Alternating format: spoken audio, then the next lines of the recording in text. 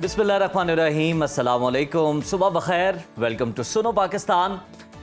एक और नया और दिलचस्प शो जो कि इंफॉर्मेशन, एंटरटेनमेंट और इंफरटेनमेंट से भरपूर है, वो लेकर आपकी खिदमत में मैं उज़ैर मलिक और मेरे साथ नजफ राजा हाजिर। बिल्कुल जनाब, और उम्मीद करती हूँ आप बिल्कुल ठीक ठाक होंगे और आपकी सुबह का आगाज़ हो चुका होगा। नाजरीन, मुश्किल हालात, महंगाई और मसले के बावजूद पाकिस्तानी कौम खुश रहने का हुनर खूब जानती है। ये बात हाल ही में जारी होने वाली गैलप पाकिस्तान के सर्वे में बात सामने आई है कि गैलप के हैप्पीनेस इंडेक्स के मुताबिक दुनिया के 44 ममालिक में किए गए सर्वे में पाकिस्तान का जो खुशी में जो नंबर आया वो है 8वां नंबर, जबकि हमसाया मुल्क भारत इस फहरिस्त में सबसे आखिर नंबर पर मौजूद है। बिल्कुल जी। और सर्वे के नताज की अगर हम बात करें तो 72% पाकिस्तानियों ने यह कहा कि वो जिंदगी से खुश हैं, जबकि भारत में सिर्फ 31% अफराद ही अपनी जिंदगी से खुश हैं। हैरान कुन तौर पर 34% भारतीय शहरियों ने यह भी कहा कि वो अपनी जिंदगी से मायूस हो चुके हैं। इस रिपोर्ट के मुताबिक खुशी के इंडेक्स में चीनी शहरी 86% खुशी के साथ पहले नंबर पर मौजूद हैं और उन्होंने यूरोप जैसे तरक्की याफ्ता खित्तों को भी खुशी के मुकाबले में पीछे छोड़ दिया है।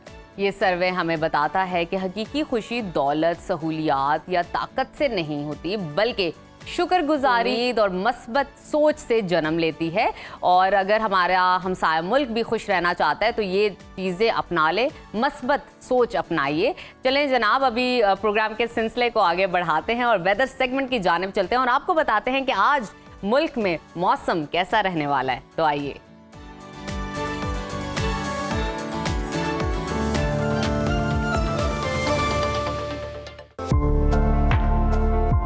मुल्क के बेशतर इलाकों में क़यामत खेज गर्मी जारी है। महकमा मौसमियात ने सिंध, जनूबी पंजाब और बलूचिस्तान के मुख्तलिफ हिस्सों में हीट वेव का अलर्ट जारी कर दिया है और दर्जा हरारत मामूल से 7 डिग्री तक ज़्यादा रहने की पेशगोई की है। मुख्तलिफ शहरों में मौसम की क्या सूरत हाल है, आइए जानते हैं। सबसे पहले जिक्र करते हैं गिलगित बल्तिस्तान का, जहां गर्मी जोर पकड़ने लगी है। गिलगित की बात करें तो वहां पर आज ज़्यादा से ज़्यादा दर्जा हरारत 34 और कम से कम 9 डिग्री रहने का इम्कान है। कलों के बादशाह स्कर्दू की तरफ चलते हैं, वहाँ पर आज ज़्यादा से ज़्यादा पारा 24 और कम से कम 3 डिग्री रहने की तवक्को है। महकमा मौसमियात के मुताबिक आइंदा 24 घंटों के दौरान गिलगित बल्तिस्तान में मौसम गर्म और खुश्क रहने का इम्कान है। और अब नज़र डालते हैं आज़ाद कश्मीर के मौसम पर, जहां बेशतर इलाके गर्मी की लपेट में रहेंगे। दारुल हुकूमत मुजफ्फराबाद में आज ज़्यादा से ज़्यादा दर्जा हरारत 38 और कम से कम 19 डिग्री रहने का इम्कान है। श्रीनगर की तरफ चलते हैं, वहां पर आज ज़्यादा से ज़्यादा पारा 29 और कम से कम 8 डिग्री रहने की तवक्को है। महकमा मौसमियात ने आइंदा 24 घंटों के दौरान वादी में मौसम गर्म और खुश्क रहने की पेशगोई की है। और अब आपके साथ शेयर करते हैं खैबर पख्तूनख्वा का मौसम, जहां गर्मी का राज बरकरार है। दारुल हुकूमत पेशावर का तस्करा करें तो वहां पर आज ज़्यादा से ज़्यादा दर्जा हरारत 43 और कम से कम 22 डिग्री रहने का इम्कान है। सवात की तरफ चलते हैं, जिसको पाकिस्तान का स्विट्ज़रलैंड कहते हैं। वहां पर आज ज़्यादा से ज़्यादा पारा 31 और कम से कम 8 डिग्री रहने की तवक्को है। महकमा मौसमियात के मुताबिक आइंदा 24 घंटों के दौरान खैबर पख्तूनख्वा के अक्सर अजला में मौसम गर्म और खुश्क रहने की तवक्को है। और अब जिक्र करते हैं सुबह पंजाब के मौसम का, जहां सूरज आग बरसाने लगा है। दारुल हुकूमत लाहौर का तज़किरा करें तो वहां पर आज ज़्यादा से ज़्यादा दर्जा हरारत 42 और कम से कम 25 डिग्री रहने का इम्कान है। शहर बेमिसाल इस्लामाबाद की तरफ चलते हैं, वहाँ पर आज ज़्यादा से ज़्यादा पारा 40 और कम से कम 23 डिग्री रहने की तवक्को है। मुल्तान की तरफ रुख करते हैं, वहाँ पर दर्जा हरारत ज़्यादा से ज़्यादा 43 और कम से कम 27 डिग्री रहने का इम्कान है। महकमा मौसमियात ने आइंदा 24 घंटों के दौरान पंजाब के अक्सर इलाकों में मौसम गर्म और खुश्क, जबकि टेम्परेचर मामूल से 6 डिग्री तक ज़्यादा रहने का इम्कान जाहिर किया है। और अब रकबे के लिहाज से सबसे बड़े सूबे बलूचिस्तान का जिक्र करते हैं, जहां बेशतर अजला में झुलसा देने वाली गर्मी का राज बरकरार है। सिब्बी में टेम्परेचर 47 डिग्री तक पहुंच गया है। खुश जायका फलों के शहर कोयटा का जिक्र करें तो वहां पर आज ज़्यादा से ज़्यादा दर्जा हरारत 36 और कम से कम 17 डिग्री रहने का इम्कान है। महकमा मौसमियात ने आइंदा 24 घंटों के दौरान बलूचिस्तान के अक्सर इलाकों में मौसम गर्म और खुश्क रहने की पेशगोई की है।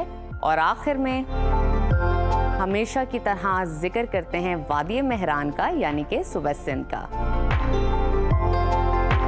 जहां सूरज कहर ढाने लगा है। कई इलाकों में टेम्परेचर 47 डिग्री तक जा पहुंचा।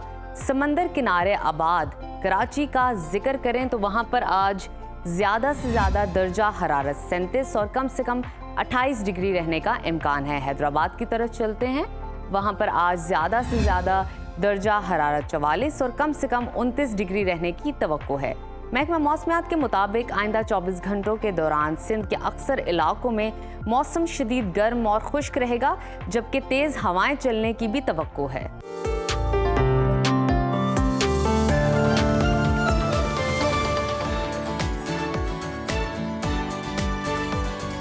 पहलगाम ड्रामे का जिक्र हो जाए, जहां भारत इस वक्त अपने ही जाल में फंस चुका है।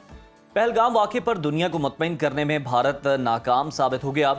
अमरीकी अखबार न्यूयॉर्क टाइम्स ने इंकशाफ किया है कि भारतीय वजारत खारजा में ब्रीफिंग के बाद चारों सिफारतकारों ने भारतीय अज़ाइम से पर्दा उठा दिया है। रिपोर्ट के मुताबिक सिफारतकारों ने यह बताया कि भारत के पास ऐसे कोई शवाहिद मौजूद नहीं जिनसे यह जाहिर हो कि पहलगाम वाक़े में पाकिस्तान मुलव्विस है। न्यूयॉर्क टाइम्स ने भारत के जंगी जुनून का पर्दाफाश करते हुए ये इंकशाफ किया कि मोदी हुकूमत अपने अंदरूनी खल्फिशार से आलमी तवज्जो को हटाने के लिए पाकिस्तान को धमकियां दे रही है। भारत माजी के मुबैना ताल्लुकात को बुनियाद बनाकर पाकिस्तान के खिलाफ अस्करी कार्रवाई के लिए जवाब तराश रहा है और पाकिस्तान पर हमले के लिए केस बनाने की कोशिश की जा रही है। रिपोर्ट के मुताबिक वाक़े को 5 दिन गुजरने के बावजूद भारत अब तक बाज़ाब्ता तौर पर किसी भी तंजीम को हमले का जिम्मेदार नहीं ठहरा सका। पहलगाम के फॉल्स फ्लैग ऑपरेशन पर भारत के अंदर से मोदी सरकार को सख्त तनकीद का सामना है। भारतीय फौज के retired lieutenant general KS. Gill ने मोदी सरकार की इंतहा पसंद जमात और उसकी साजिश बेनकाब कर दी और बताया है कि सन 2000 के दौरान मकबूजा कश्मीर में 35 सिखों के कत्ल में भी बीजेपी और भारतीय फौज मुलव्विस थी, जिसका मकसद बिल क्लिंटन के सामने पाकिस्तान के खिलाफ प्रोपेगेंडा करना था। भारतीय अवाम की जानिब से बीजेपी के दौरे हुकूमत पे होने वाले हमले गिनवाए जा रहे हैं और ये बताया जा रहा है कि कारगिल में खूनरेजी की जिम्मेदार भी बीजेपी जमात है। 2002 और 2017 में अमरनाथ यात्रियों पर हमले के पीछे भी मोदी सरकार है। मोदी हुकूमत ने 2016 में पठानकोट और उड़ी में हमले करवाए, पुलवामा का ड्रामा रचाया और अब सियासी चाल के लिए पहलगाम का फॉल्स फ्लैग ऑपरेशन कराया। उधर पाकिस्तानी मीडिया की जानदार रिपोर्टिंग ने भारतीय मीडिया का झूठा बयानिया दफन कर दिया। दुनिया को गुमराह करने की तमाम कोशिशें और साजिशें नाकाम बना दी गई। पहलगाम हमले पर पाकिस्तानी मीडिया ने भारतीय झूठ से पर्दा हटाया और दुनिया को सच दिखाया तो मोदी सरकार घबरा गई और सुनो न्यूज समेत पाकिस्तान के 16 टीवी चैनल्स की नशरियात पर भारत में पाबंदी लगा दी है। सुनो न्यूज पहलगाम हमले पर न सिर्फ इलाकाई सतह पर बल्कि आलमी सतह पर भी का झूठ बेनकाब करने में पेश। तो जनाब, इसी तमाम सूरत हाल पे बात करने के लिए इस वक्त हमारे साथ मौजूद हैं दिफाई तज्जियाकार major general retired Zahid Mahmood साहब। जनाब, बहुत शुक्रिया आपके वक्त का। मैं जानना चाहूँगी सर, पहलगाम वाक़ये को देखा जाए 5 दिन गुजर चुके हैं, भारत अब तक ना तो कोई इब्तदाई रिपोर्ट पेश कर सका और ना ही सिफारतकारों को मुतमिन कर सका। ये भारत के लिए कितनी बड़ी शर्मिंदगी का मकाम है? बिस्मिल्लाहिर्रहमानिर्रहीम। Aziz and Najaf, good morning and thank you very much for the invite. अल्लाह करे कि आज का सूरज जो है वो पाकिस्तान के लिए और हम सब के लिए इत्मीनान खुशियों का बायस हो। देखिए नजफ, इसको समझने की हमें एक ज़रूरत है कि भारत का ये जो ड्रामा है, इसको या नेटफ्लिक्स की जो सीरीज उन्होंने चलाई, मेरे ख्याल में उसके कुछ एपिसोड्स तो वो लिख के शुरू हो गए और साथ साथ अब एपिसोड लिखते जाएंगे जी। तो ये एक सीजन शुरू हुआ है और इसके साथ साथ ये बाकी अब सीजन आगे चलते रहेंगे जी। ये मेरे ख्याल में slowly and gradually they will keep producing with this. मैं क्यों इसको मैं बड़ी सीरियस चीज को, थ्रेट को मैं लाइट टोन में करके या इसकी इंपॉर्टेंस को या इसके खतरे को कम नहीं करना चाह रहा, बट अनफॉर्चुनेटली हमारा पाला एक ऐसे दुश्मन से पड़ गया है जो मोरालिटी में या एक जो अमन का एक दुश्मन है, वहां पे मोरालिटीज है नहीं, एक हिंदुत्व का माइंडसेट जो है उसकी एप्लीकेशन हुई है। और उसके ये भयानक चेहरा चूंकि उसने एक फिल्मी तरीके से चलाने की कोशिश की है, वो या तो अपनी फिल्म इंडस्ट्री को बूस्ट करने के लिए आगे कोई 10-12 मूवीज देना चाहता है इस तरह की, तो उस वजह से ये तो आप कह रही है कि सबूत उस चीज के पेश किए जाते हैं जो एक्चुअल हो और जिसके लिए वो सीरियस हो। बिल्कुल ठीक। रात को मैं उनका एक चैनल देख रहा था, यूट्यूब चैनल देख रहा था, एक सेम माइंड है उनकी जो एंकर थी, I don't want to name her, लेकिन वो भी जिस तरीके से बताती कि जी 4 दहशतगर्द आए हैं जिन्होंने ये वाकया किया, 2 उनमें से पाकिस्तानी हैं, 2 जो है वो कश्मीरी हैं, और जो 2 कश्मीरी हैं उनको भी बैकअप जो है वो पाकिस्तान करता है। वो आए हैं, उन्होंने लोगों को मारा है, वो 1.5-2 घंटे वहां पे मारते रहे लोगों को, फिर उसके बाद वो जंगल में चले गए। जाहिद साहब, पता नहीं भारतीय एंकर के पास ये सबूत कहां से आ गए। सर उजैर मलिक आपसे मुखातिब हूं। जाहिद साहब, न्यूयॉर्क टाइम्स की अगर हम बात कर लें तो उस जैसे मोतबर आलमी अखबार ने भी कहा है कि भारत के पास तो कोई ठोस शवाहिद ही मौजूद नहीं है, कोई सबूत नहीं है, और वो पहलगाम फॉल्स फ्लैग ऑपरेशन को पाकिस्तान पर हमले के लिए बुनियाद बना रहा है महज। न्यूयॉर्क टाइम्स की रिपोर्ट कितनी अहम है, और अगर उसमें नहीं मालूम हो सका कि भारत के पास कोई सबूत है या नहीं, तो एंकर्स को, भारतीय मीडिया को किस तरह से मालूम है कि जनाब 4 ये थे, 2 कश्मीरी थे? अजीज, यही एग्जैक्टली मैं यही कॉन्टेक्स्ट एस्टेब्लिश करने लगा जी। बिल्कुल आपने सही फरमाया। तो इनकी जो प्री इंसिडेंट इंफॉर्मेशन है वो दुनिया की बिल्कुल यूजलेस इंफॉर्मेशन है, जिनको पता नहीं चलता कि ये जो चले 2 तो कश्मीरी थे, अब ये जो 2 पाकिस्तानी हैं ये 350 किलोमीटर गए हैं अंदर, बिल्कुल फ्रेश, वहां पे इन्होंने ये कार्रवाई की है।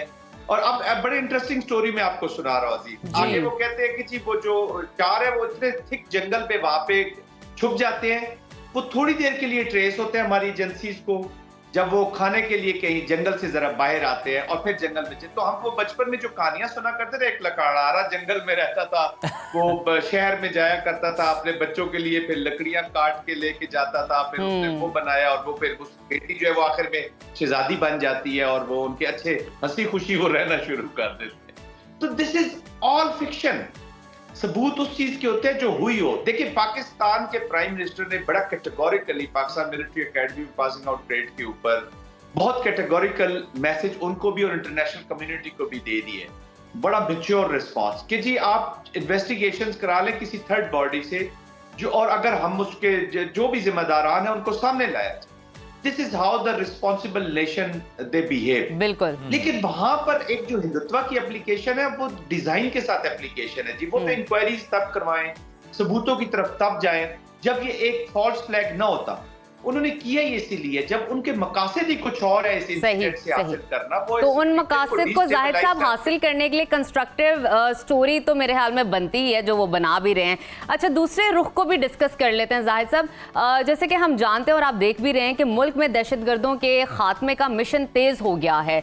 सिक्योरिटी फोर्सेस ने कामयाब कार्रवाइयों में 3 दिन में 71 ख्वारिज को जहन्नम वासिल कर दिया है। ख्वारिज के जरिए भारतीय दहशतगर्दी का मुस्तकिल खात्मा कैसे मुमकिन है? क्या हम ये कर सकते हैं?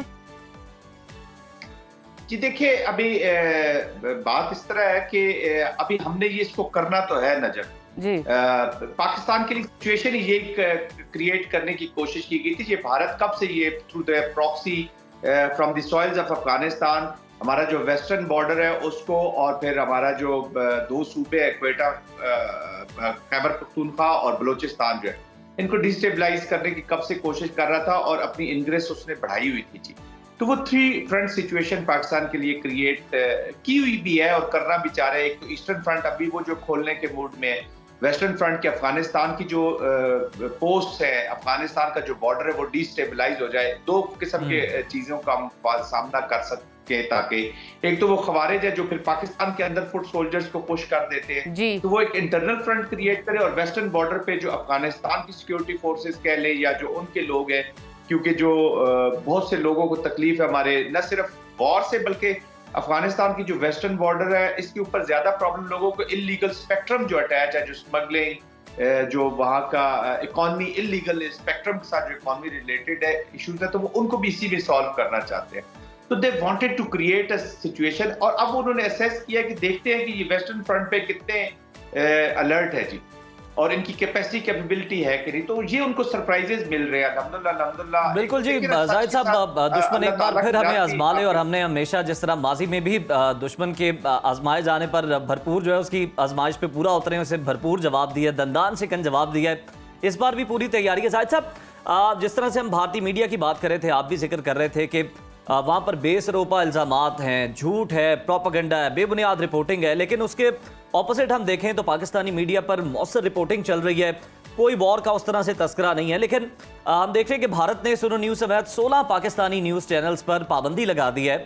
ये नाम नेहाद जमहूरियत की अलमबरदार मोदी सरकार पहलगाम हमले पर सच दिखाने वाले पाकिस्तानी मीडिया से इतनी खौफजदा क्यों है?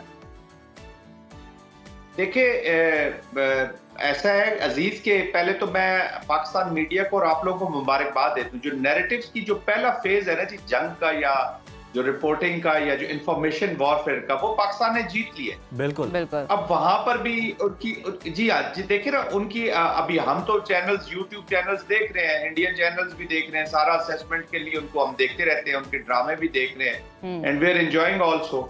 बट अनफॉर्चुनेटली अभी कभी हम वो कल पे किसी प्रोग्राम में गया तो उन्होंने कहा कि सर वहाँ के वो जो जनरल बख्शी हैं वो तो ये कहते हैं, तो मैं कहा यार मैं तो 100 जन्म भी ले लूं तो बख्शी के नजदीक भी जस्ट एंजॉय हिम, बिकॉज एक सेम माइंड तो है नहीं वो।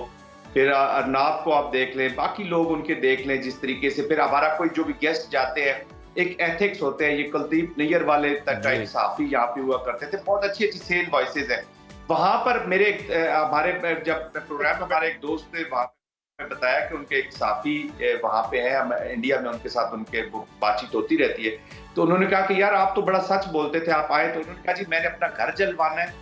तो this is the situation, intimidation, Korean, ये फेक मीडिया जो उन्होंने क्रिएट किया। तो पाकिस्तानी मीडिया जब सच उनको बताएगा तो देखिए ना, भारत में सारे तो वो जंगी हिंदुत्व माइंडसेट के नीचे नहीं चले गए। बिल्कुल सर, ये हिंदुत्व माइंडसेट है, और बीजेपी के मुखालिफ भी जो आवाजें उठती हैं उनको भी पता किया जाता है, घरों को गिराने की, जलाने की धमकियां दी जाती हैं, और जो कि बिल्कुल इसराइली माइंडसेट है। बहुत शुक्रिया जाहिद महमूद साहब आपके कीमती वक्त का।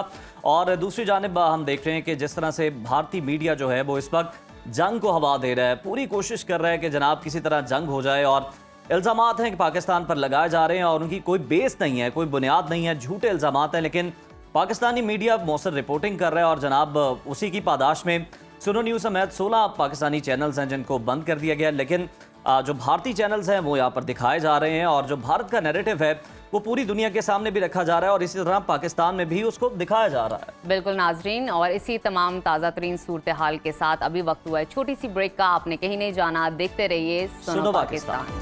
वेलकम बैक नाजरीन। ज़रई यूनिवर्सिटी फैसलाबाद के माहिरीन ने मकामी सतह पर मुर्गी की एक ऐसी नई नस्ल तैयार कर ली है जो न सिर्फ मौसमियाती असरात को बेहतर अंदाज में बर्दाश्त कर सकती है, बल्कि एक साल में, साल भर की अगर हम बात करें तो 200 अंडे देने की ये मुर्गी सलाहियत भी रखती है। क्या बात है। और इस मुर्गी को यूनी गोल्डन का नाम दिया गया। ये नस्ल खास तौर पर पाकिस्तान के दही इलाकों और छोटे फार्म्स के लिए तैयार की गई है ताकि वो कम लागत में ज़्यादा पैदावार हासिल कर सकें। ये पेशरफ्त ना सिर्फ दही मईशत को मजबूत करती है बल्कि मुर्गबानी के शोबे में खुद कफालत की तरफ एक मस्बत कदम भी है। ये नई नस्ल जो है दीगर मुर्गियों से कैसे मुख्तलिफ है, इसकी कीमत क्या है, इसकी पैदावारी सलाहियत कितनी है और ये किस हद तक मकामी ज़रूरियात को पूरा कर सकती है, इन्हीं तमाम पहलुओं पर बात करने के लिए इस वक्त हमारे साथ मौजूद हैं dean institute of animal and dairy sciences doctor Qamar Bilal. Bilal साहब, बहुत शुक्रिया आपके वक्त का। डॉक्टर साहब, सबसे पहले आपसे मैं जानना चाहूँगी यूनी गोल्डन नस्ल की ये जो मुर्गी है ये तैयार करने का ख्याल कैसे आया और ये मंसूबा पे जिस पे काम किया गया है इस पर काम कब शुरू हुआ था, ज़रा बैकग्राउंड एक्सप्लेन कीजिएगा। जी बिस्मिल्लाहिर्रहमानिर्रहीम। देखिए जी, इसका नाम है यूनी गोल्ड। ये ज़रई यूनिवर्सिटी फैसलाबाद में फैकल्टी ऑफ एनिमल हस्बेंड्री उसमें ये काम हुआ है और प्रोफेसर डॉक्टर सज्जाद साहब ने तकरीबन 6 से 7 साल इस पे एफर्ट की। एक प्रोजेक्ट था पाव का, उस पे काम हुआ है। तो इसका ख्याल इसलिए है कि जो हमारी फैकल्टी है एनिमल हस्बेंड्री उसका थीम ही यही है कि हमने ऐसी HR पैदा करनी है जो पाकिस्तान में फूड सिक्योरिटी को इंश्योर कर सके। यानी हमने ज़्यादा दूध, गोश्त और अंडे किस तरह पाकिस्तान में ज़्यादा हो जाएं उसके लिए काम करना है। जिसमें कहते हैं genetic improvement of livestock and poultry. इसी ज़िमन में डॉक्टर साहब ने ये काम किया और ये यूनिगोल्ड ब्रीड बनाई। ख्याल इसलिए आया कि हमारे पाकिस्तान में no doubt commercial poultry farming हो रही है, लेकिन बहुत ही अक्सरियत ऐसी है जो छोटे फार्मर हैं या जो फार्मर नहीं है, उनकी ज़मीन नहीं है, जानवर नहीं है, हमारे जो पॉवर्टी एलिवेशन की मैं बात करूं अगर, तो उनकी नीड को पूरा करने के लिए ये ब्रीड बनाई गई है जो वेल फिट है अंडर आवर रूल कंडीशंस और अच्छा परफॉर्म करती अच्छा डॉक्टर साहब, ये बिल्कुल टारगेट रख के बनाई गई है एक मखसूस तबके के लिए। तो सर, यूनिगोल्ड नस्ल की मुर्गियों की औसत कीमत क्या रखी गई है और क्या ये आम किसान की पहुंच में है? जी बिल्कुल है जी। इसकी ये डे ओल्ड जो चेक है वो हम सेल करते हैं यूनिवर्सिटी में, और 100 रुपया पर चेक इसकी प्राइस है जी। और बहुत आसान तरीका है कि जिसको भी ये ज़रूरत है वो फैकल्टी ऑफ एनिमल हस्बेंड्री में आके रब्ता कर ले। तो हर ट्यूसडे को हमारा हैच निकलता है, तो जितने भी चूज़े आते हैं वो हम सेल कर देते हैं। बिल्कुल ठीक। डॉक्टर साहब, इस हवाले से भी ये जो यूनिगोल्ड नस्ल है इसके हवाले से बताइएगा कि ये जो नई नस्ल को तैयार करते वक्त किन ख़ास मौसमी और मकामी हालात को मद्देनज़र रखा गया, और आम मुर्गबानी करने वाले अफराद के लिए यूनिगोल्ड नस्ल पालना कितना आसान है और कोई एहतियाती तदबीर, किसी किस्म का ख़ास ख्याल रखने की इनकी ज़रूरत होती है? ये चीज़ आप एक ध्यान में रख लें जी, ये इसको आप समझें कि ये देसी मुर्गी है। अच्छा। और इसमें जो क्वालिटी जिन पे फोकस किया गया है, नंबर 1 पे ये था कि इसकी एग प्रोडक्शन ज़्यादा हो, क्योंकि आम देसी हमारी वो 60, 70 या 75 एग्स पर ईयर देती है, और ये 200 से 210 अंडे, इट मीन्स 3 टाइम्स ज़्यादा अंडे देती है, नंबर 1। नंबर 2, क्लाइमेट चेंज के हवाले से ये जिस तरह टेम्परेचर बढ़ रहा है, इस टेम्परेचर को ये टॉलरेट करती है। तीसरी चीज़, ये लो इनपुट सिस्टम, इसके लिए हाई इनपुट सिस्टम नहीं चाहिए, लो इनपुट सिस्टम पे भी ये अच्छा प्रोड्यूस करती है। इसकी वैक्सीनेशन, इसकी डिवॉर्मिंग, हेल्थ केयर, खुराक बिल्कुल देसी मुर्गी की तरह की है, इसके ज़्यादा खर्चा नहीं आता। जो लोग चूज़ा लेने के लिए आते हैं उनको प्रॉपर हम गाइड करते हैं कि वो किस तरीके से आपने रेस करना है। बिल्कुल सही। डॉक्टर साहब, एनिमल हस्बेंड्री में हम इंटरेक्टिव सेशन करवाते रहते हैं कि फार्मिंग कम्युनिटी को टिप्स दिए जाएं, जिसको हम GMPs कहते हैं, गुड मैनेजमेंट प्रैक्टिस, ताकि उनको अडॉप्ट करके वो प्रोडक्टिविटी को एनहांस कर सकें और अपनी प्रॉफिटेबिलिटी को बढ़ा सकें। बेहतरीन। डॉक्टर साहब, क्या ये मुर्गियां गोश्त के लिए भी मौजू हैं या इन्हें सिर्फ अंडों की पैदावार के लिए डिज़ाइन किया गया है? देखें जी, इसमें जो खूबसूरत चीज़ ये है जी कि नो डाउट का अंडे तो मैंने आपको बता दी है कि 200 से 210 देती है। ये 6 माह के बाद 6 माह की उम्र पे अंडे देना शुरू कर देती है, और उस वक्त इसका जो वज़न होता है वो तकरीबन 1200 ग्राम होता है। और 50 वीक्स पे तकरीबन 1 साल के बाद इसका वज़न हो जाता है 1800-1900 ग्राम। इट मीन्स जो आम देसी मुर्गी है उसके मुकाबले में ये वज़न भी अच्छा करती है। मेन थीम अंडा है, लेकिन आप इसको गोश्त के लिए इस्तेमाल करें तो गोश्त बहुत टेस्टी है, पेटू देसी। बिल्कुल ठीक है, बहुत शुक्रिया डॉक्टर कमर साहब आपका, और बेहतरीन बिल्कुल आप जो काम कर रहे हैं, और जिस तरह से आपने हमें बताया कि जनाब 200 अंडे जो है ये देने की सलाहियत रखती है मुर्गी सालाना बुनियाद पर, और यूनिगोल्ड इसका नाम है, और छोटे किसानों के लिए भी जनाब ये बासानी दस्तयाब है। ज़रिए यूनिवर्सिटी से रब्ता करके वो उसे खरीद भी सकते हैं। बिल्कुल नाजरीन, और इसी के साथ लेते हैं छोटी सी ब्रेक। आपने कहीं नहीं जाना, देखते रहिए सुनो पाकिस्तान।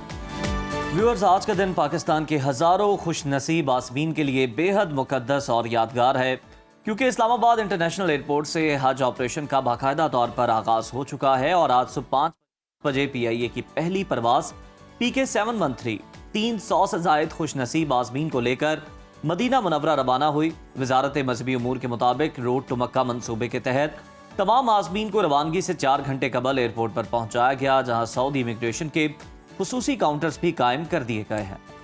बिल्कुल नाजरीन, जहां खुश नसीब आज़मीन का काफिला रवाना हो रहा है, वहीं एक इंतहाई अफसोसनाक हकीकत भी हमारे सामने मौजूद है। पाकिस्तान के 67,000 से ज़ायद अफराद जिन्होंने साल भर दुआएं की, पैसे जमा किए, तैयारियां मुकम्मल की, वो इस साल हज की सादत हासिल करने से महरूम हो गए हैं।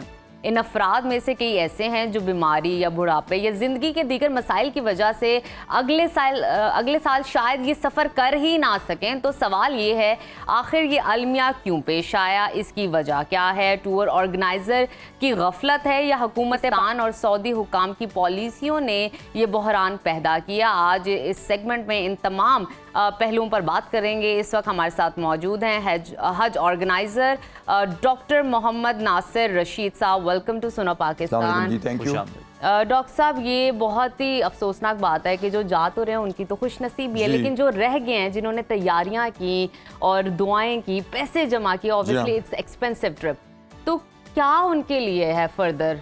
किस तरह हम उनको होप दिला सकते हैं? जी, एक्चुअली ये प्रॉब्लम राइज हुई है सितंबर 2024 से, जब हज पॉलिसी न्यू रिवाइज होके सऊदी गवर्नमेंट ने पब्लिश की, और उस पॉलिसी को डीजी हज मक्का, जो पाकिस्तानी गवर्नमेंट या पाकिस्तानियों का फ्रंट मैन रिप्रेजेंटेटिव है सऊदीया में, डीजी हज मक्का होता है। ठीक है। सऊदी गवर्नमेंट जो कुछ भी कम्युनिकेट करती है हज उम्रे से रिलेटेड, वो डीजी हज के ऑफिस से कम्युनिकेट करती है, और डीजी हज का ऑफिस फिर मिनिस्ट्री रिलीजियस अफेयर से कम्युनिकेट करता है, और उसके मुताबिक फिर कम्युनिकेशन फ्लो करती है।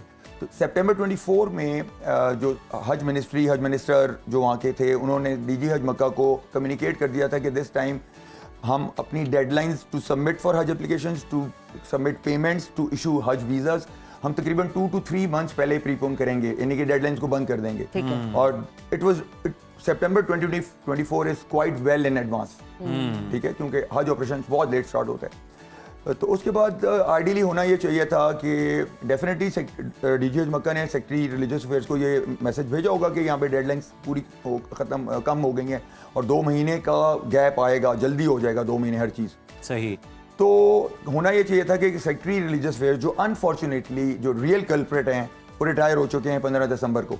अच्छा जी। तो इस वक्त जो प्रेजेंट सेक्रेटरी हैं वो उस वक्त जॉइंट सेक्रेटरी थे। क्या वजह, वो कम्युनिकेट नहीं कर पाए? आप बता रहे हैं वो रिटायर्ड हो गए हैं, कोई फेयरवेल पार्टीज में वो बिजी थे, कोई इस तरह का मामला था क्या? कम्युनिकेशन का बैरियर क्या आया? ये क्या नीयत थी, लेकिन उन्होंने जो एक जुल्म किया, जिसको मैं क्रिमिनल नेग्लिजेंस या क्रिमिनल इनकॉम्पिटेंसी कहूंगा, कि उनको जब डीजी हज मक्का ने बताया कि 2 to 3 मंथ्स प्रीपोन होगा हर चीज, सही, उन्होंने क्या किया, उन्होंने गवर्नमेंट स्कीम लॉन्च कर दी। ठीक है, गवर्नमेंट स्कीम का मैकेनिज्म ये है कि उसकी एप्लीकेशंस आप बैंकों के थ्रू लेते हैं पूरे पाकिस्तान से, several banks, all the banks, अभी बैंक, लाइट बैंक, वो लेते हैं, और उसके अंदर एक बड़ी पॉजिटिव कंडीशन होती है गवर्नमेंट के लिए, गवर्नमेंट ऑफ पाकिस्तान, क्योंकि government scheme government of Pakistan as a business operator चलाती है, और प्राइवेट स्कीम गवर्नमेंट रेगुलेट करती है सिर्फ, ठीक है, एज अ रेगुलेटर। तो उन्होंने क्या किया, उनको एक हेड स्टार्ट ये होता है कि गवर्नमेंट स्कीम के अंदर हज जिसने बुक करना है वो 100% पेमेंट बैंक में जमा कराएगा तो नाम डलेगा, there are no installments.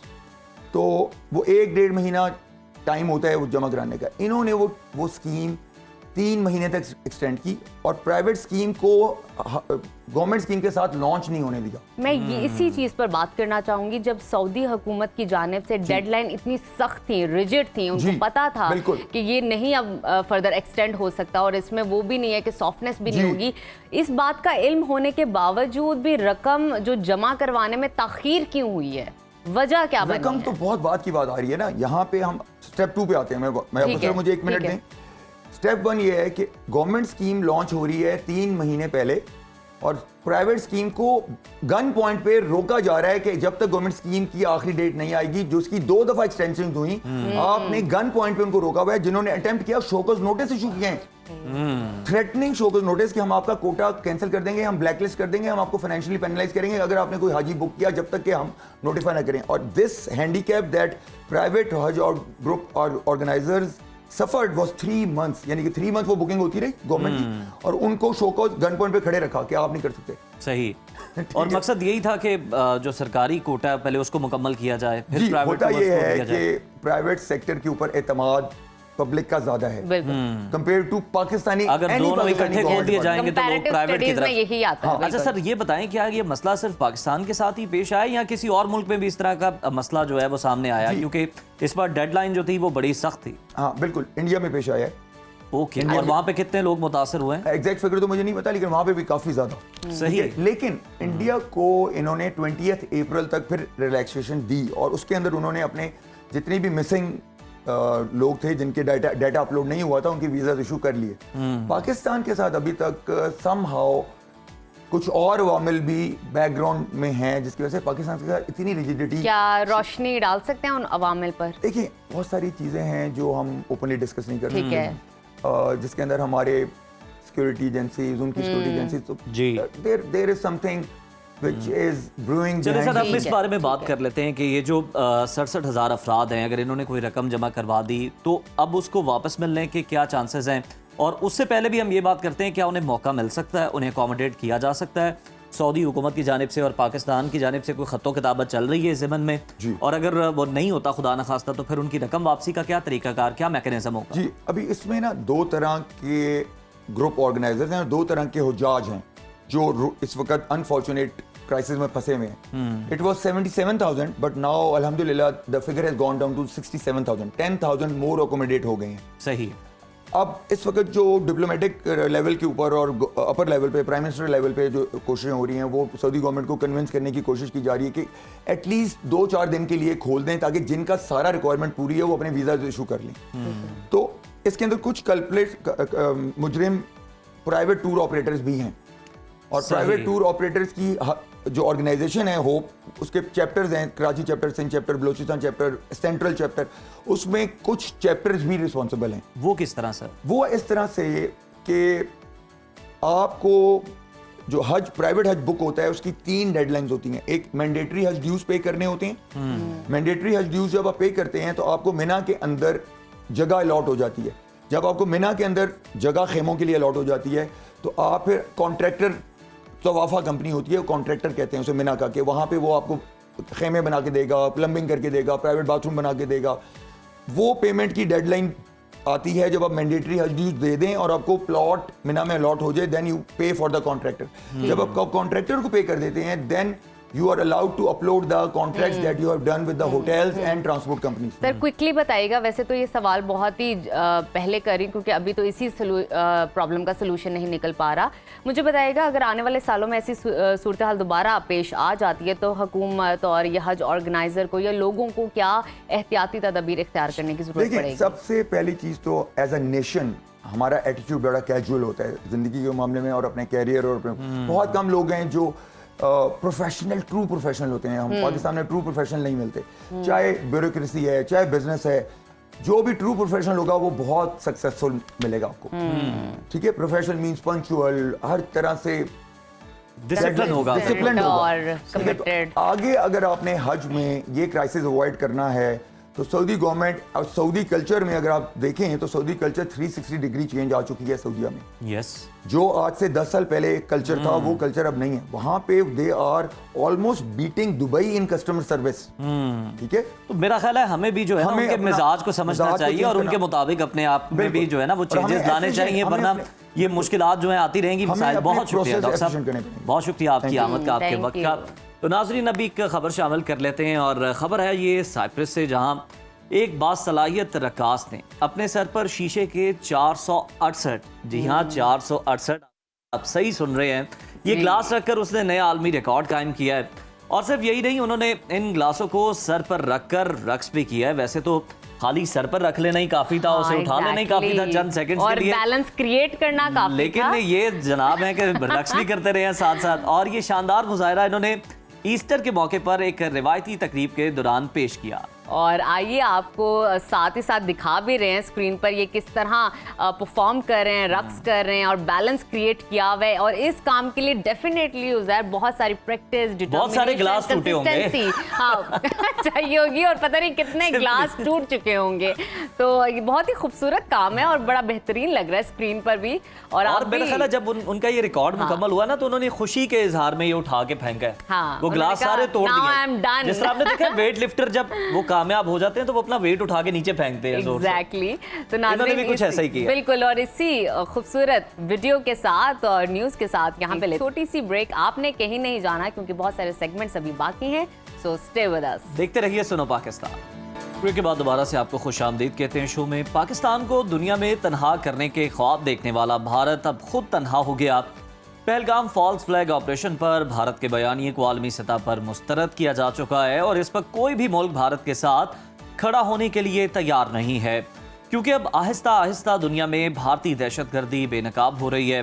Canada की बात करें, अमेरिका की बात करें तो वहाँ पर जो सिखों के कत्लेआम हुए और उनमें भारतीय एजेंसियों के मुलव्वस होने के जो सबूत मिले, इस दहशतगर्दी से मुताल्लिक भारतीय बयानिए पर दुनिया मोदी सरकार पर एतमाद करने के लिए हरगिज तैयार नहीं है। बल्कि अब तो आलमी मीडिया ने भी भारतीय प्रोपेगेंडे को बेनकाब करना शुरू कर दिया, उसका पोस्टमार्टम करना शुरू कर दिया है, जिसका वाज़ेह सबूत हमें मिलता है न्यूयॉर्क टाइम्स की इंकशाफात से भरपूर रिपोर्ट में। पहलगाम हमले के बाद पाकिस्तान ने दुनिया भर में बेहतरीन सफारतकारी की। चीन ने पाकिस्तान की मुकम्मल हिमायत का ऐलान कर दिया और शफाफ और गैर जानिबदार तहकीकात का मुतालबा कर दिया है। ईरान ने भी पाक भारत कशीदगी में कमी के लिए पाकिस्तान को सालसी की पेशकश कर दी है, ताहम पाकिस्तान ने इसका खैर मकदम किया। सऊदी और दीगर दोस्त मुल्क भी पाकिस्तान के साथ खड़े हैं। इसी पर बात कर लेते हैं, हमारे साथ मौजूद हैं साबिक सफारतकार अली सरवर नकवी साहब। बहुत शुक्रिया नकवी साहब आपके वक्त का। सर, पहलगाम ड्रामे पर मोदी सरकार की जिल्लत आमेज रुस्वाई हुई है। पाकिस्तान की जानदार और मरबूत हिकमत अमली ने आलमी सतह पर भारतीय प्रोपेगेंडे को एक तरह दफन कर दिया है। इब्तदाई मरहले में भारतीय बयानिया मुस्तरद होना पाकिस्तान की कितनी बड़ी सिफारती कामयाबी समझते हैं आप? मैं समझता हूँ कि ये बहुत बड़ी कामयाबी है, क्योंकि भारत का पूरा इरादा था कि पाकिस्तान को बदनाम करे, पाकिस्तान के ऊपर जो इल्ज़ाम है उसको बाकी लोग उसकी तायीद करें और पाकिस्तान को इंटरनेशनल कम्युनिटी यानी आलमी बरादरी के सामने दलील करे। तो ये जब मोदी साहब को इत्तला मिली थी जो भी दहशतगर्दी हुई थी उसके मुतालिक, तो वो रियाद में थे, वो भागे भागे आए, उन्होंने नेशनल सिक्योरिटी काउंसिल की मीटिंग की और उसी वक्त FIR भी दर्ज हो गई जिसमें पाकिस्तान के ऊपर इल्जाम लगाया गया कि ये दहशतगर्द पाकिस्तान से है। कोई सबूत नहीं, कोई किसी का भी कोई बयान नहीं, कोई उनके पास फोरेंसिक एविडेंस नहीं, मगर उन्होंने ये पाकिस्तान पे इल्जाम लगा दिया। बिल्कुल अली साहब, ये बात आपकी दुरुस्त है कि कोई इन्वेस्टिगेशन नहीं, किसी बात का सबूत नहीं और इल्जाम लगा दिया गया। अब जो सूरत हाल हम देख रहे हैं, चीन ने पाकिस्तान की मुकम्मल हिमायत का ऐलान कर दिया है। चीन ने पहलगाम हमले की जल्द शफाफ और मुनसिफाना तहकीकात का मुतालबा कर दिया। क्या मोदी सरकार हमले की मुनसिफाना और गैर जानिबदार तहकीकात कराकर रिपोर्ट दुनिया के सामने पेश कर सकेगी? मतलब कि दुनिया के सामने तो रिपोर्ट 10 बार प्रेजेंट हो चुकी है और हमने डोसिए अक़वाम मुत्तहिदा के सेक्रेटरी जनरल को डोसिए दिया हुआ है। 191 सफ़े का डोसिए फाइल दी गई है जिसमें कि सारी शवाहिद हैं भारत की दहशतगर्दी को फरोग देने का और सपोर्ट करने का। तो हमारी पोजीशन बहुत क्लियर है। वो ये है कि ये जो दहशतगर्दी का वाक़या है ये पाकिस्तान के लाइन ऑफ कंट्रोल से 200 किलोमीटर दूर एक जगह पे ये हरकत हुई है और ये भारत की सिक्योरिटी एजेंसीज का फेलियर है जिसका प्रचार होना चाहिए कि उनकी सिक्योरिटी इतनी बुरी तरह फेल हुई है अपने काम से बिल्कुल नकवी साहब, हम यही बात कर लें कि अगर चलें आप हमला नहीं रोक सके, आपकी इंटेलिजेंस जो थी वो बिल्कुल ही फेल थी और किसी किस्म की कोई कारकर्दगी नहीं नजर आई आपकी एजेंसियों की, लेकिन आप ये भी देखें कि उसके बावजूद भी आपके हाथ ना कोई सबूत लगे, ना आप कुछ लोगों को सामने लेकर आ सके, ना कोई गिरफ्तारी अमल में लाई जा सकी। और अब ये न्यूयॉर्क टाइम्स की रिपोर्ट की अगर हम बात कर लें तो ये कितनी अहम है, जिसमें हम देख रहे हैं कि उन्होंने ये बताया कि भारत के पास कोई सबूत नहीं है पाकिस्तान के खिलाफ। बिल्कुल, और वो न्यूयॉर्क टाइम्स ये साबित कर रहा है और उसका बेसिक आर्गुमेंट उसकी जो है उस आर्टिकल में जो मेन पॉइंट है वो ये है कि ये भारत का एक सोचा समझा मंसूबा है कि पाकिस्तान के साथ कुछ हॉस्टिलिटी की जाए, कुछ मिलिट्री एक्शन लिया जाए और पाकिस्तान को नीचा दिखाया जाए। तो ये अगर ऐसा है तो ये बहुत गैर जिम्मेदाराना हरकत है। भारत बैनुल अक़वामी बरादरी में एक जिम्मेदार मुल्क समझ आता है और वो अगर इस तरह की हरकतें करें, पहले भारत ने कनाडा में एक सिख लीडर को मरवा दिया, फिर अमेरिका में भी इस तरह की एक साजिश करवा रहा था। तो भारत एक्सपोज हो गया है सारी दुनिया में, जो जिस तरह की हरकतें कर रहा है ये किसी भी मुहज़्ज़िब मुल्क को ज़ेब नहीं देती, बल्कि ये कि ये बैनुल अक़वामी अमन और इस्तेहकाम के खिलाफ बहुत बड़ी साजिश है। It's against peace and stability, international peace and stability, जो कि सलामती काउंसिल की तरफ से इसके ऊपर बहुत से रेजोल्यूशंस हैं कि हर मुल्क को जिम्मेदाराना तौर पे ऐसी गलत हरकतें रोकनी चाहिए और ऐसे कामों में मुलविस नहीं होना चाहिए।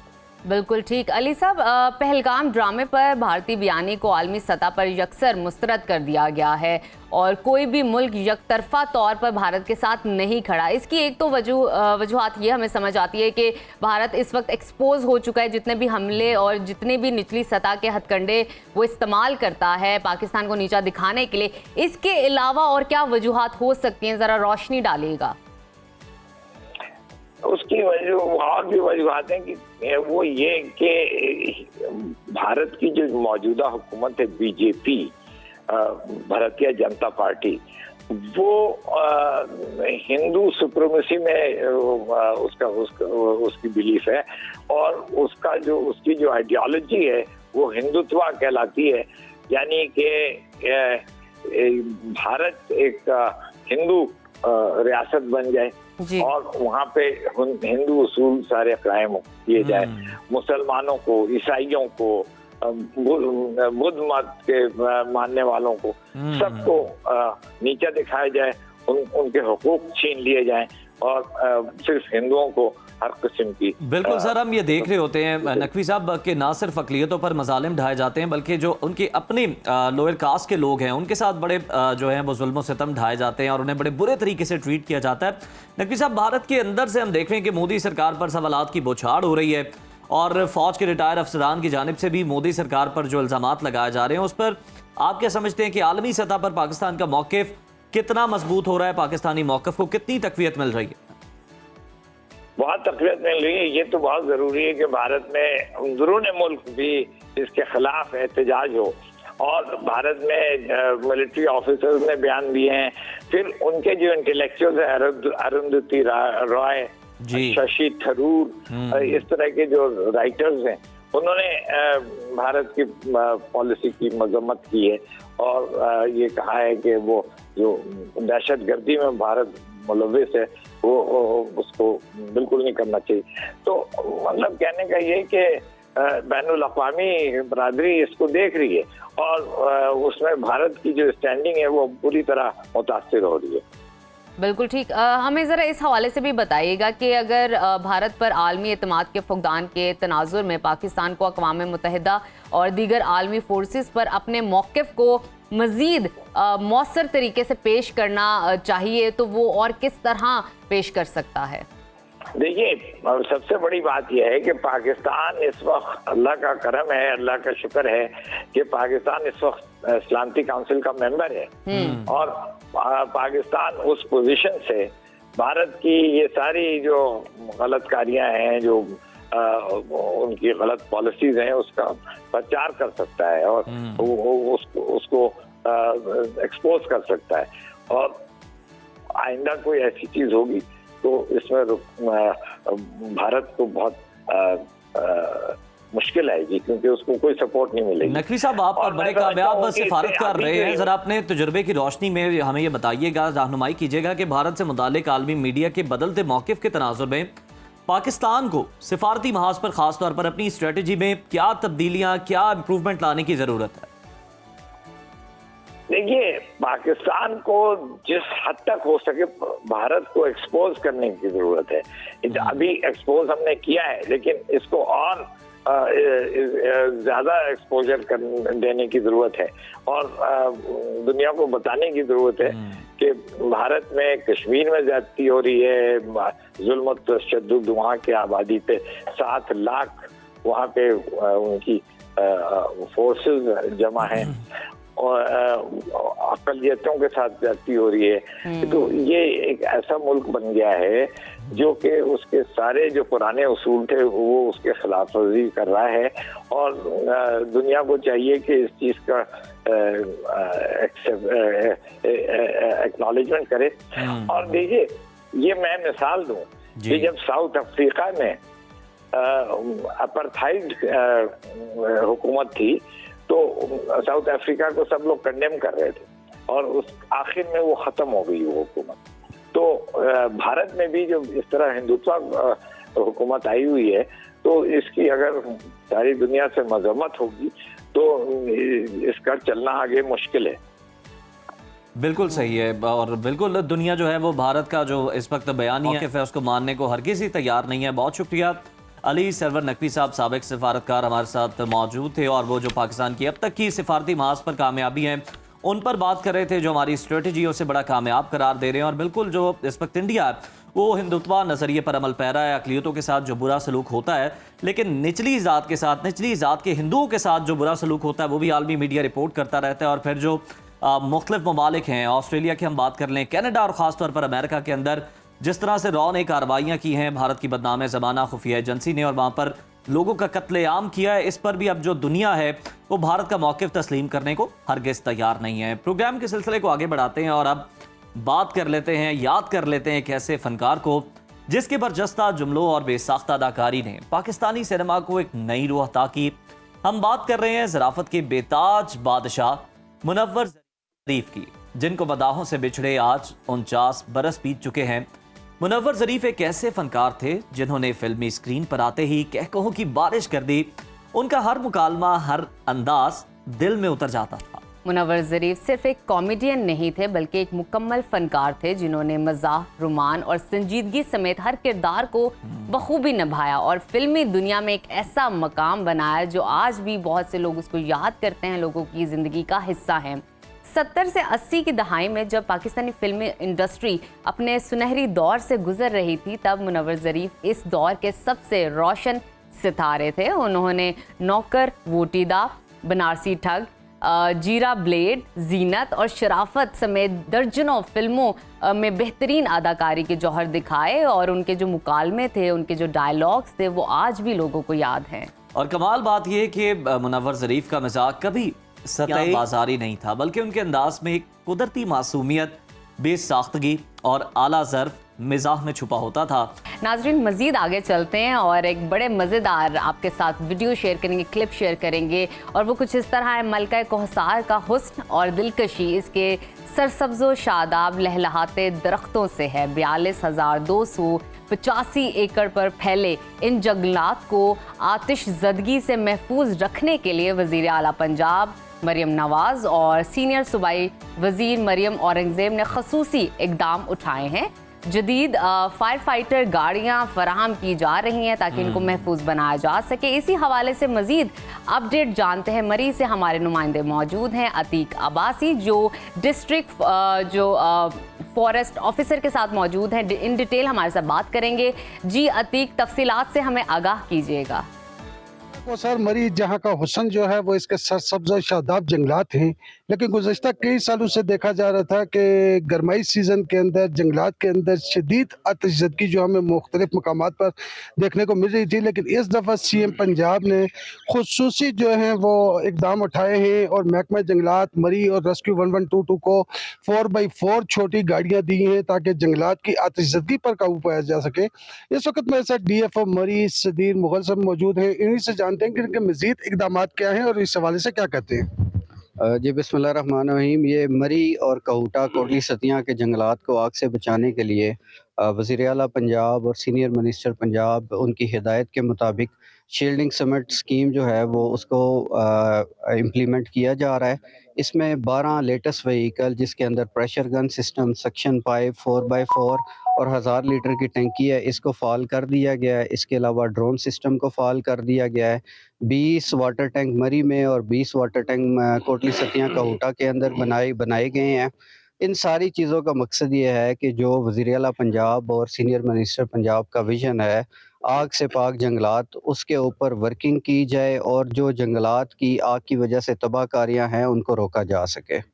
जी, जैसे आपने इनका जाना है कि वज़ीर आला पंजाब की जानिब से 12 गाड़ियाँ दी जा रही हैं, जिनमें से ये 2 गाड़ियाँ एक मेरे अक़ब में आपको खड़ी नज़र भी आ रही है कि ये मरी पहुँच चुकी हैं, जो ज़िला मरी के साथ कोहूटा में भी जो है ये गाड़ियाँ जो हैं वो वर्किंग में हमें नज़र आएँगी और उम्मीद की जा रही है कि मुस्तक़बिल में मलका कोसार मरी के जंगलात जो हैं वो ऐसे ही सरसब्ज़, शादाब और महफूज़ रहेंगे। जी।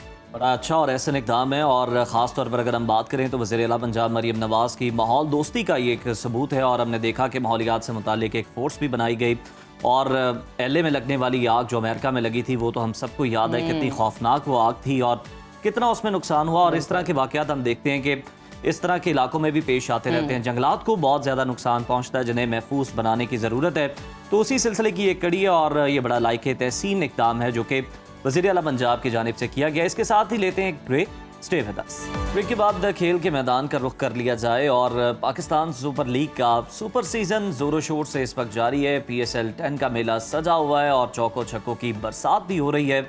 साथ ही साथ अगर हम देखें तो दिलचस्प और आसाब शिकन मुकाबले भी देखने को मिल रहे हैं जिससे शायकीन बड़ा लुत्फानंदोज़ हो रहे हैं, महसूस हो रहे हैं। और PSL के 17वें मैच की अगर हम बात करें तो कोयटा ग्लैडिएटर्स ने पेशावर ज़ल्मी को 64 रन से मात दे दी। कोयटा ने पहले बैटिंग करते हुए पेशावर को जीत के लिए 179 रन का हदफ दिया। हदफ के ताकुब में पेशावर का कोई भी बैटर जमकर ना खेल सका और कप्तान बाबर आजम समेत तमाम ही बैटर्स नाकाम रहे। बाबर सिर्फ 12 रन बना सके और पूरी टीम 15वें ओवर में 114 रन पर ढेर हो गई। कोयटा ग्लैडिएटर्स के ऑलराउंडर फहीम अशरफ ने 5 खिलाड़ियों को चलता किया जबकि खुरम शहजाद ने 2 विकेटें हासिल की।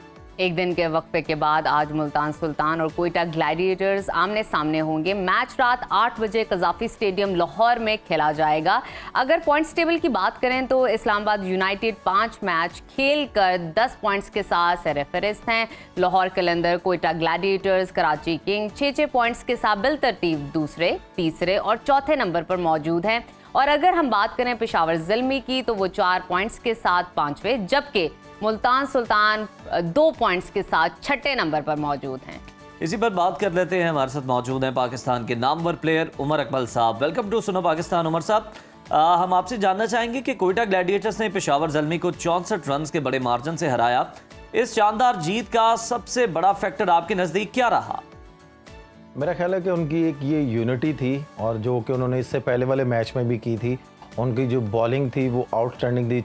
चेंज ऑफ बॉलिंग जो साउथ शकील ने की है, नो डाउट कि उसने बाहर से उसको मैसेज मिला होगा, लेकिन क्या कर सकते हैं कि उनकी जो बॉलिंग थी उन्होंने जैसा डिलीवर किया और जो एज ए फील्डिंग यूनिट उन्होंने जो हाफ चांस से वो भी अवेल किए, इसीलिए वो ये मैच जीतने में आसान रहे। बिल्कुल ठीक। उमर, हमें इस हवाले से भी आगाह कीजिएगा कि पेशावर ज़ल्मी की जो बैटिंग लाइन है मुसलसल दबाव का शिकार है। कप्तान बाबर आजम भी मुसलसल नाकाम नज़र आ रहे हैं, कोई बड़ी इनिंग नहीं खेल पा रहे। आपके ख्याल में इनकी नाकामी की वजह क्या है?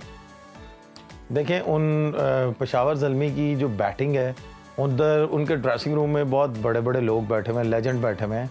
उन्होंने अब उनको कैसे मेंटली प्रिपेयर करना है ये अब उन पे डिपेंड करता है और प्लेयर्स पे डिपेंड करता है। जब तक उनकी टीम के लोकल प्लेयर्स परफॉर्म नहीं करेंगे, पेशावर ज़ल्मी इसी तरह स्ट्रगल करती रहेगी, स्पेशली बाबर आजम और साइम अयूब, क्योंकि आपको पता है ये पाकिस्तान टीम में भी परफॉर्म करते थे तो एक अच्छा टोटल होता था। अब ये परफॉर्म नहीं कर रहे तो ऑटोमेटिकली पेशावर ज़ल्मी भी थोड़ी सी प्रॉब्लम में आ रही है। आज के मैच की बात कर लेते हैं जहां पर मुल्तान सुल्तान्स और कोयटा ग्लैडिएटर्स आमने सामने होंगे। आपको कौन सी टीम ज्यादा मजबूत नजर आ रही है और उसका प्लस पॉइंट क्या है? उसका प्लस पॉइंट, अब मैं कोयटा को थोड़ा सा फेवरेट कहूँगा। उसका प्लस पॉइंट ये है कि उन्होंने सिंगल हैंडेडली टीम को अपने पास नहीं आने दिया, उनकी बॉलिंग ने, उनकी बैटिंग ने, कि वो आसानी से ये मैच बड़े मार्जिन से जीते उन्होंने 2, तो उनका जो मोराल है वो बहुत ऊपर होगा। और पेशावर कह रहा हूँ, मुल्तान का थोड़ा सा मोराल थोड़ा सा नीचे होगा कि वो उन्होंने उस तरह की परफॉर्म नहीं कर पाई इस टूर्नामेंट में। उमर, इस्लामाबाद यूनाइटेड अब तक 5 मैचेस खेलकर 5 जीत चुकी है। इस मुसलसल कामयाबी की बुनियादी वजह आप क्या देख रहे हैं?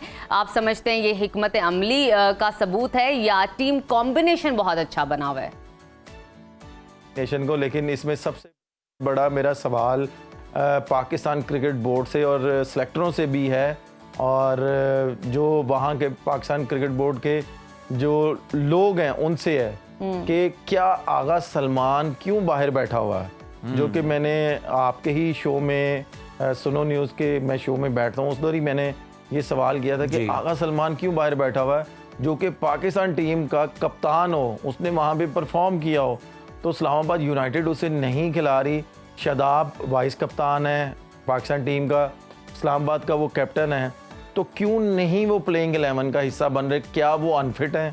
अगर अनफिट हैं तो फिर एक स्टेटमेंट आनी चाहिए।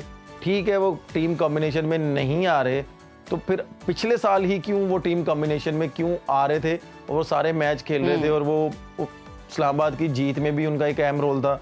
लेकिन पहला मैच खेले, उसके बाद 4 मैच बाहर बैठ गए। ये मेरी समझ में नहीं आ रहा है एज ए क्रिकेटर। अच्छा उमर साहब, मौजूदा पॉइंट्स टेबल के मुताबिक आपके ख्याल में क्या लगता है आपको, कौन सी 4 टीमें होंगी जो कि प्ले ऑफ में जाएंगी? सर एक तो मेरा ख्याल है कि इस्लामाबाद को जाना चाहिए जिस तरह का वो विन कर रही है, और दूसरा कोयटा ने जैसे बूस्ट किया है अपने आप को, वो जानी चाहिए। और अगर आप कह सकते हैं नो डाउट 6 की 6 टीमें पाकिस्तान की हैं और पाकिस्तान का ब्रांड है, मैं बोलूँगा कि लाहौर को जानी चाहिए, क्योंकि लाहौर जैसा आप कह सकते हैं कि जैसा वो अपनी टीम को बूस्ट करती है और क्राउड जैसे आप कह लेंगे पसंद करता है लाहौर की टीम को। तीसरी लाहौर होनी चाहिए, और चौथी आप कह सकते हैं कि मार्जिन अगर मैं दूं तो कराची को बोलूँगा कि कराची को एज ए 4th टीम आना चाहिए। बिल्कुल ठीक, मैं चाहूँगी आप इस पर भी कमेंट कीजिए। मुल्तान सुल्तान की spin bowling coach Alex Hartley ने उम्मीद जाहिर की है कि टीम अब भी प्ले ऑफ खेलकर क्वालिफाई कर सकती है। क्या आपको लगता है कि मुल्तान सुल्तान कमबैक कर सकेंगे और अच्छा कमबैक करेंगे? देखिए ये क्रिकेट है, कुछ भी हो सकता है, लेकिन आपने मेरी राय पूछी, मैंने आपको अपनी राय दे दी। लेकिन जैसे उन्होंने लास्ट टाइम भी ऐसा हुआ था, उन्होंने बाउंस बैक किया था मुल्तान सुल्तान ने। अगर वो समझते हैं, और ये डिपेंड करता है उनकी प्लेइंग 11 का बनाने में और उनके लड़कों पे, वो कैसे अपने आप को बूस्ट करते हैं। अगर वो बूस्ट करेंगे तो ऑब्वियसली वो टीम अगले राउंड में जाएगी। बिल्कुल ठीक है, बहुत शुक्रिया उमर अकमल साहब। ओवरऑल जितनी भी 6 टीमें हैं और इस वक्त उनकी जितनी भी परफॉर्मेंस चल रही है, आप उसको एनालाइज कर रहे थे, बता रहे थे, अपना तज्जिया दे रहे थे कि कौन सी टीम है जो कि प्ले ऑफ में जा सकती है, वो 4 टीमें कौन सी होंगी खुशकिस्मत, और कौन सी टीम जो है वो कम बैक कर सकती है। और अभी इसके साथ ही एक और ख़बर आपके साथ हम शेयर करेंगे, लेकिन इस ब्रेक के बाद।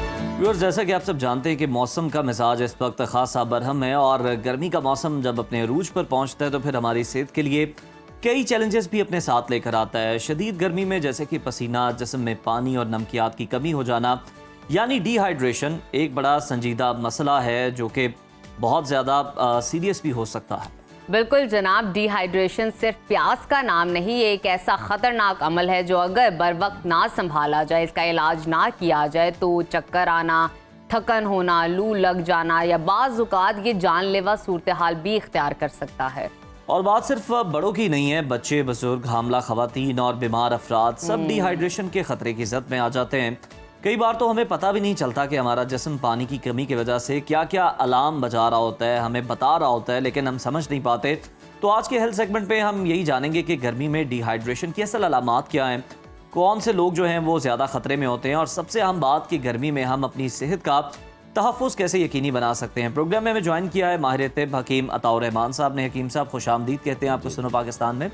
सबसे पहले तो हम आपसे जानना चाहेंगे कि डिहाइड्रेशन की सिम्टम्स क्या होती हैं, होता क्या है, और गर्मी के मौसम में ये मसला क्यों शिद्दत इख्तियार करता है? जी, बिस्मिल्लाहिर्रहमानिर्रहीम। डिहाइड्रेशन बेसिकली गर्मी में हमारी बॉडी में आपको पता है कि तकरीबन 80 से 85% तक पानी है, और जब ये पानी 50% से नीचे आ जाए तो आप शदीद डिहाइड्रेशन में चले जाते हैं। यानी आप देखें कि अगर खून की कमी हो जाए ना तो आप सालों साल सर्वाइव कर सकते हैं। पानी की कमी से आप 1 हफ्ता भी गुजारा नहीं कर सकते, क्योंकि उसकी वजह से जो अमराज पैदा होंगे, मिसाल के तौर पे सन स्ट्रोक हुआ, फौरी तौर पे जो है ना वो आपकी बॉडी का पानी जज़ब हुआ, तो उस सूरत में वो ऑर्गन जो पानी के अंदर तैर रहे होते हैं पानी के अंदर, तरोताज़ा रहते हैं, जैसे किडनी है और इस तरह के, तो वो सिकुड़ना शुरू हो जाते हैं और उसमें इंसान की सडन डेथ भी वाक़ई हो सकती है। सही। तो ये जो डिहाइड्रेशन है ये बेसिकली गर्मी में पानी की कमी सही। और पसीने का कसरत से इस्तेमाल, जिन लोगों का मजाज गर्म खुश्क है या बहुत ज़्यादा जिन्हें गर्मी लगती है उनमें जब पसीना भी बहुत आता है उससे भी डिहाइड्रेशन होती है, या वो लोग जिनको कसरत से पेशाब आता है ठीक, उस सूरत में भी आपकी बॉडी में डिहाइड्रेशन की अच्छा हकीम साहब, अभी हमने इंट्रो में अलार्मिंग सिचुएशन के बारे में डिस्कस किया है कि बॉडी आपको बड़ा खामोश अलार्म दे रही होती है कभी कभी, जिस तरह आपका मुंह खुश्क हो जाना या आपको चक्कर आने लग जाना, लेकिन आप समझते हो शायद आपको वीकनेस है, नहीं आज आपने काम बहुत ज़्यादा कर लिया इसलिए आपको चक्कर आ रहे हैं। इसके अलावा और क्या सिम्टम्स और इलामात हो सकती हैं डिहाइड्रेशन की, जिसकी वजह से हमें फ़ौरन चौकन्ना हो जाना चाहिए कि अब हमें इलाज की ज़रूरत है? जी, जब डिहाइड्रेशन का अटैक किसी पे होता है तो उसको सबसे पहले उसकी आंखों में जलन शुरू हो जाएगी। अच्छा। दूसरे नंबर पे जो यूरिन है उसका कलर जो है डार्क हो जाएगा, ये मेन इसकी सिम्टम है। ठीक है। तीसरा जो है उसमें आपका गला खुश्क होगा, ये सिम्टमेटिकली। और चौथे नंबर पे हेडेक शुरू हो जाएगा, अजीबोगरीब सा सर दर्द कि इंसान ने खाना भी खाया हुआ है, कोई ये भी नहीं कि ब्लड प्रेशर लो है या कोई चीज़ की न्यूट्रिशन डेफिशिएंसी है, उसके बावजूद सर दर्द हो रहा है, ये मेन अलामत है डिहाइड्रेशन। हकीम साहब, किन लोगों में ज़्यादा डिहाइड्रेशन का ख़तरा होता है आम लोगों की निस्बत? मसलन बच्चे हैं, बुजुर्ग हैं, प्रेग्नेंट लेडीज़ हैं, उन्हें क्या मतलब एहतियात करनी चाहिए ख़ास तौर पर? जी बिल्कुल, देखें बुज़ुर्गों के अंदर और जो हामला ख़वातीन है ना, इनमें तो बहुत ज़्यादा खदशा होता है डिहाइड्रेशन का। और दूसरा, जिन लोगों को गुर्दों के मराद है, मानी जिनको गुर्दों में पथरी रहती है या जिनके जिगर में, जिनको क्रॉनिक हिस्ट्री में जॉइंटिस या हेपेटाइटिस के इश्यूज़ हैं, उनमें डिहाइड्रेशन थोड़ी सी भी अगर बॉडी में पानी की कमी होगी तो उनका लीवर जो है ना हीट पकड़ लेगा। जैसे मिसाल के तौर पे रेडिएटर है जी, आप गाड़ी चलाते हैं, रेडिएटर आप 2-3 दिन अगर पानी नहीं डालेंगे तो वो सेक निकालना शुरू कर देगा, हीटअप हो जाएगा, ओवर हीट हो जाएगी। तो इसी तरह अल्लाह पाक ने जो इंसान का मजाज बनाया, आप देखिए पूरी दुनिया में पानी के बगैर, पानी बेसिकली लाइफ है, जिंदगी है। और देखें बारिश की कमी से जमीन मुर्दा हो जाती है, सेक निकालती है। जैसी बारिश होती है तरोताजगी फैलती है, फसल उगती है, फल फ्रूट उगते हैं, अनाज उगता है। ये पानी अल्लाह पाक की ऐसी नेमत है कि जिसका हम जितना शुक्र अदा करें और जितना भी आप सॉफ्ट ड्रिंक्स पी लो, शरबत पी लो, आपकी प्यास नहीं बुझेगी जो पानी आपकी बुझाएगा। मैं जानना चाहूंगी ये टेबल पे इतना सब कुछ पड़ा हुआ है, ये सब क्या है? जी जी, अच्छा, इसमें हमारे पास जो टेबल पे कुछ चीज़ें वो मौजूद हैं कि डिहाइड्रेशन के खदशात से बचने के लिए हिफ्ज़-ए-मात कर दूं, और अगर डिहाइड्रेशन हो जाए तो फौरी तौर पे दोनों सूरतों में उसका कामयाब बेहतरीन इलाज तिब के अंदर मौजूद है। ज़बरदस्त। अच्छा, ये अमूमन हम लोगों को कहते हैं कि जैसे ही गर्मियाँ आए तो 3-4 चीज़ों का इस्तेमाल आप कसरत से करें। मिसाल के तौर पे गूंद कतीरा, ये आप देखते होंगे, ये गूंद है, गूंद कतीरा। ये दूसरे नंबर पे है तुख्मे बलंगू, ये बीज हैं, ठीक है, ये भी ठंडे होते हैं। और ये मिसाल के तौर पे ये दोनों चीज़ें भी अगर आप रात को भिगो दें पानी में, सुबह छान के फोन के उनको आप पानी इस्तेमाल कर लें, ये आपके जिगर की गर्मी, ये आपके गुर्दों के फंक्शन को बेहतर करेंगे और ये आपकी बॉडी के अंदर फौरी तौर पे आपकी एनर्जेटिक कर देंगे और आपके अंदर खुश्की ज़ायल करके तरावट को बहाल करेंगे। अल्लाह पाक ने इसका ऐसा निज़ाम बनाया। और ये रेफ्रिजरेंट प्रॉपर्टीज़ रखते हैं। रेफ्रिजरेंट ये होता है कि आपकी स्किन को जो है ना तरोताज़ा रखने वाली।